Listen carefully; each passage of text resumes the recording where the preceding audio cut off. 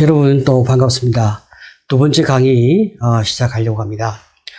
두 번째 강의는 인격장애 종류를 좀 소개를 하려고 하는데, 종류를 소개하기 전에 먼저 인격장애 개념을 좀 먼저 우리가 이해할 필요가 있겠습니다. 인격장애 개념은 제가 PPT에 여러분 소개를 했는데 같이 한번 보도록 하겠습니다. 인격장애의 정의를 먼저 보시면 경직되거나 주변 환경에 잘 적응하지 못하는 심각한 기능장애, 주관적인 고통을 유발하는 경우, 혹은 파괴적 위협적 환경에 적응하지 못하거나 비정상적이라고 판단될 때 우리가 성격장애 또는 인격장애가 있다, 그렇게 이야기를 하는 거죠. 이런 경우는 말이죠, 이제 어릴 때부터 이런 성격적인 문제가 만들어지기 시작하죠. 보통은 이제 굉장히 한 3세 이전에 이제 만들어집니다. 3세 이전에. 그러니까 어머니와 관계에서 핵심적으로 이제 잘 교통되지 못할 때, 어머니와 대상관계가 잘 형성되지 못할 때 이런 문제가 만들어지기 시작합니다. 그래서 이제 살아가면서 계속 이 문제가 점점 커지다가 이런 사람들은 통찰력이 없고 또 미래를 보는 눈이 없고 더 나아가서 자기 문제를 수용하지 않기 때문에 배우려고 하는 자세가 만들어지지 못하고, 더 나아가서 자기 삶에 어떤 고통이나 힘든 것이 올 때에 그것에 대해서 잘 적응하지 못하는 이런 어려움이 계속 발생하는 것입니다. 그리고 이제 인간으로서 중요한 능력이라고 하면 일하는 능력과 사랑할 수 있는 능력인데, 이 두 가지가 부족하기 때문에 끊임없이 직업적으로 대인관계에서 심각한 어려움이 발생하게 됩니다. 또 이제 인간관계에서는 배려 혹은 이타심 혹은 이해심 이런 것이 없어서 다른 사람을 화를 나게 만들고, 이제 인격 장애의 어떤 그 특징들이 이제 청소년 시기나 성인 초기에 이것이 이제 주로 많이 밖으로 표현되어지는 것입니다. 이런 인격 장애는 사실 평생을 통해서 끊임없이 나타나지게 되는 것이니까 그렇게 쉽게 치료되어지거나 변화되어지지는 않습니다. 자, 그러면 인격장애에서 말하고 있는, 특별히 DSM-4에서 말하고 있는 진단 기준이 이제 무엇이냐라고 말할 때, 여러분이 가지고 있는 인격 치료, 아까 제가 첫 시간에 말씀한 그 인격 치료, 여러분 이 책의 57페이지를 보게 되어지면 제가 이제 DSM-4에서 이야기하고 있는 그 진단 기준표, 제가 이제 인용해서 소개를 했습니다. 물론 지금 현재는 DSM-5가 나왔는데 이 책은 DSM-4를 중심으로 책을 썼기 때문에 DSM-4를 제가 이제 기준으로 먼저 좀 설명을 하겠습니다. 이제 DSM-4에서 이야기하고 있는 인격 장애의 진단 기준은 4가지거든요. 이제 인지, 정동, 대인관계, 충동 조절, 4가지인데요. 인지라고 하는 것은 이제 사건을 지각하고 해석하는 이런 이제 하나의 이 사고 방식이거든요. 그 다음에 이제 이 정동은 정서의 어떤 그런 이 범위 내지 강도입니다. 대인관계 기능 혹은 충동 조절, 이 4가지인데 그렇게 크게 어렵진 않잖아요. 그럼 제가 한번 예를 들어보겠습니다. 만약에 말이죠, 우리가 아이를 키운다고 합시다. 그러면 이제 내가 아이를 키웠는데 그 아이가 학교로 갔어요. 학교로 가서 이제 아이가 시험을 봤는데 이 아이가 만약에 성적이 한 50점 정도 받았는데 반에서 거의 뭐 꼴등 정도 되었다고 합시다. 이 아이가 이제 집에 성적표를 가지고 온 거예요. 엄마, 하고 성적표를 줬어요.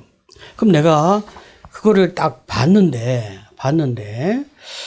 내가 뚜껑이 확 열리고 이 견딜 수 없는 고통을 내가 느꼈단 말이죠.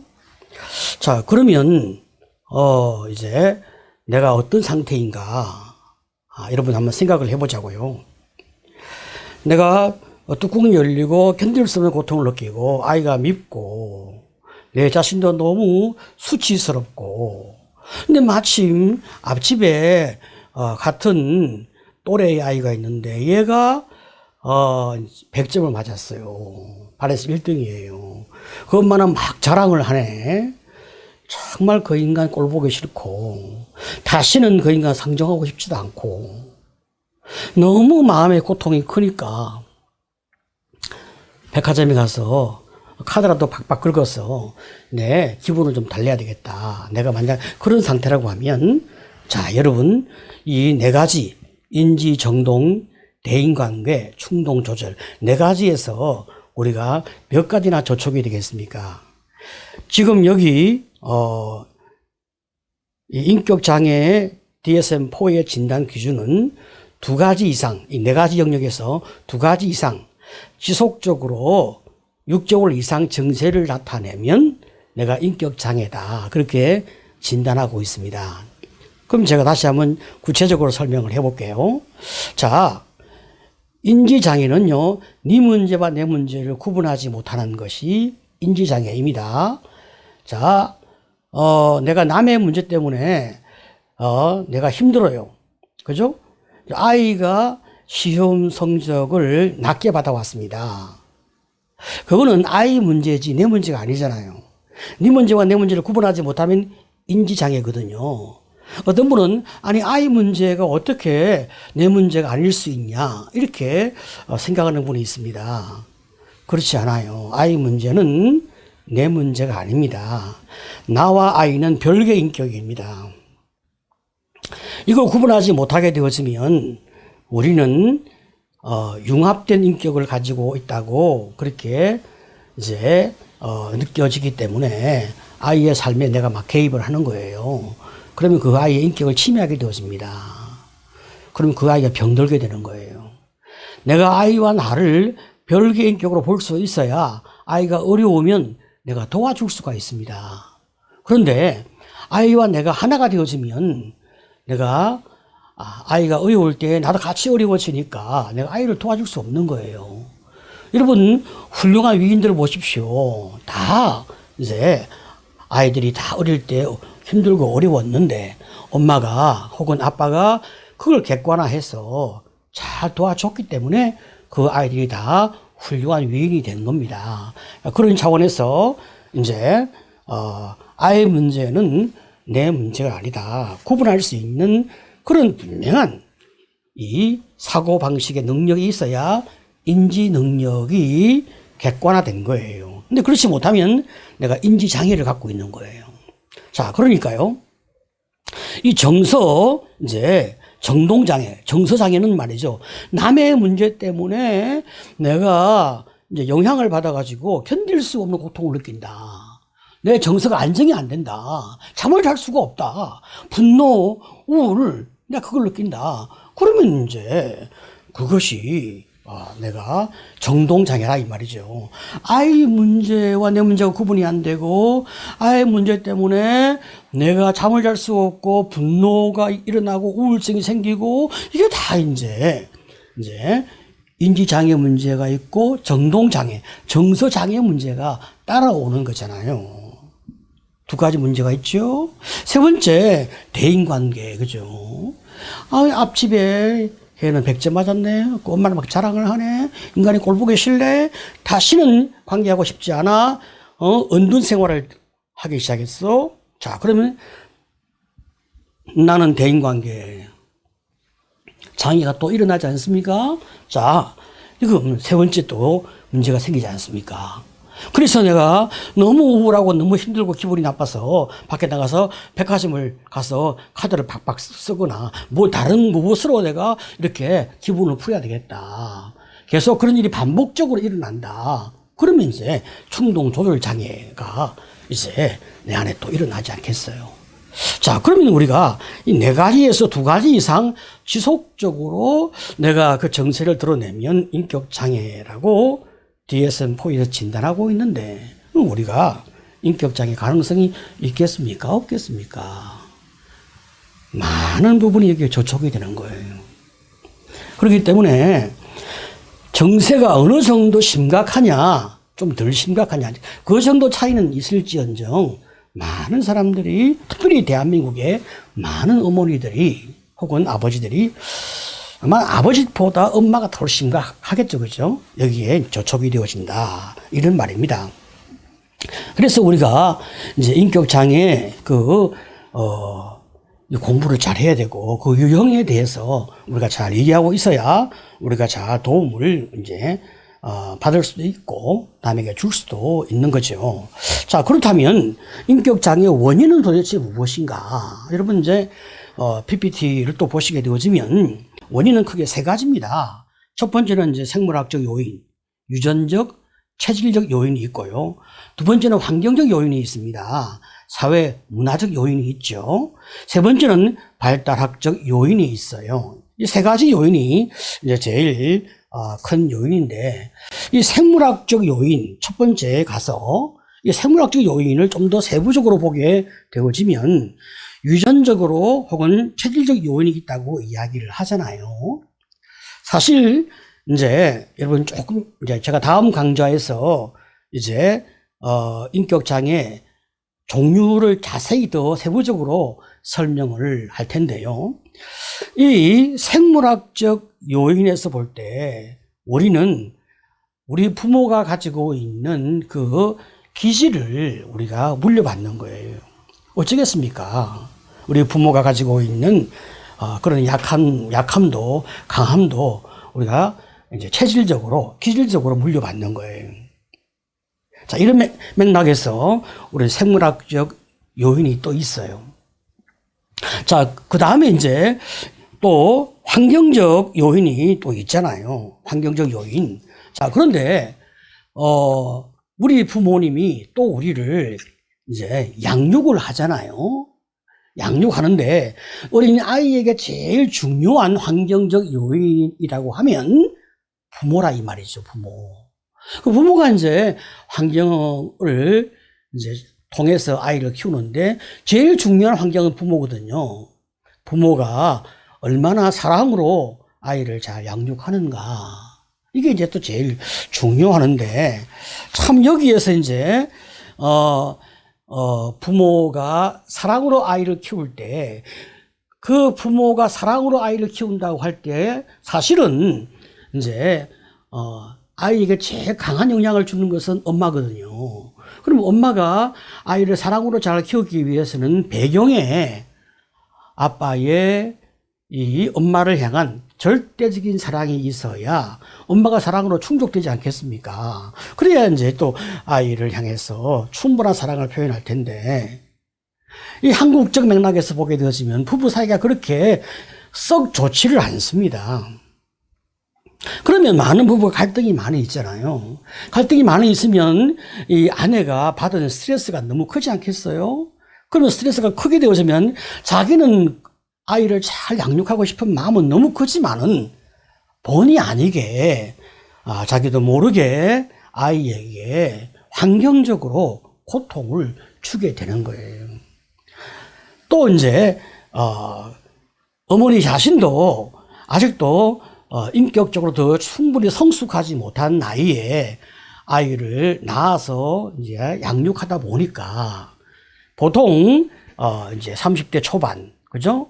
혹은 중반에 아이를 낳아서 양육하는데, 그 나이에 여성이 그렇게 많이 성숙한 분이 많지 아니하기 때문에 어쩔 수 없이 또 아이를 키울 때 환경적으로 더 충분히 사랑을 준다는 측면에서는 부족할 수가 있는 것입니다. 자, 이런 측면에서는 참 여러 가지 많이 어려울 수가 있다 하는 것입니다. 그리고 이제 세 번째로 이제 발달학적 요인이 또 있잖아요. 이 발달학적 요인에서 보게 되어지면 이제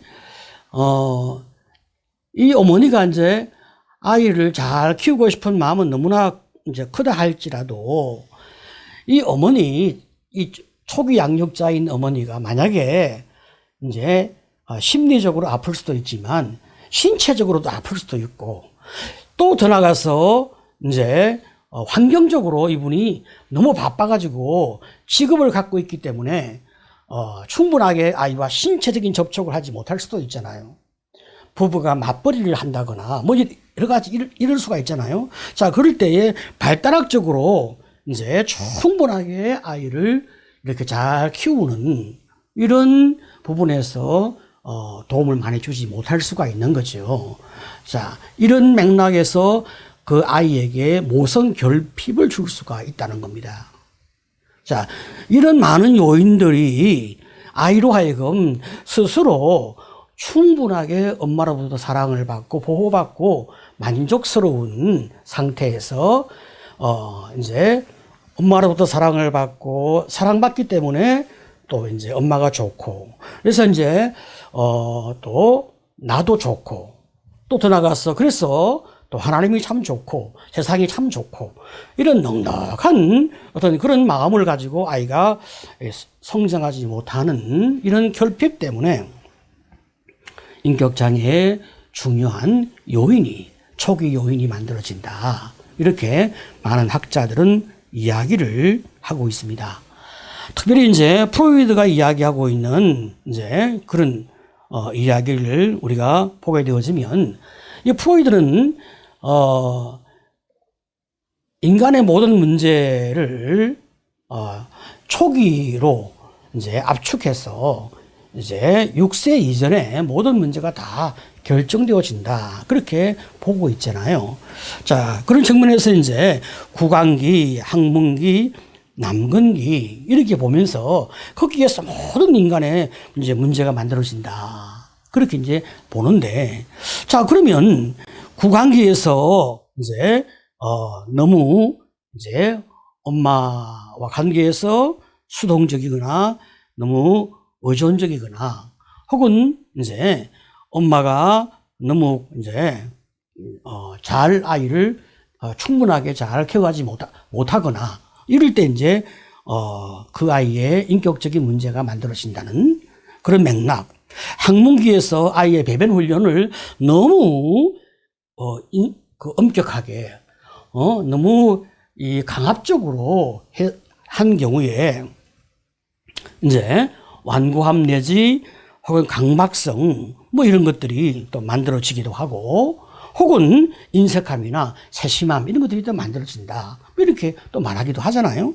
더 나가서 이제 남근기에 가서는 아빠와 엄마 사이에 삼각관계 속에서 이제 초자의 그 형성 과정에서 이 삼각관계를 어떻게 잘 극복해 나가는가 요 맥락에서 충분하게 이제 엄마 아빠로부터 사랑을 받으면서 또 이제 이렇게 자기를 찾아가는 그러니까 이성의 부모를 좋아하려고 하는 그 과정에서 이성의 부모는 적절하게 아이를 보내고 동성의 부모는 적절하게 아이를 잘 품어주는 이 맥락의 과정을 잘 이렇게 극복하지 못할 때에 이 아이가 가지는 어떤 그런 고통과 아픔들 이런 것들이 이제 결국은 이제 자기애적 인격 너무 지나치게 어떤 자기를 학대하거나 자기를 공격하거나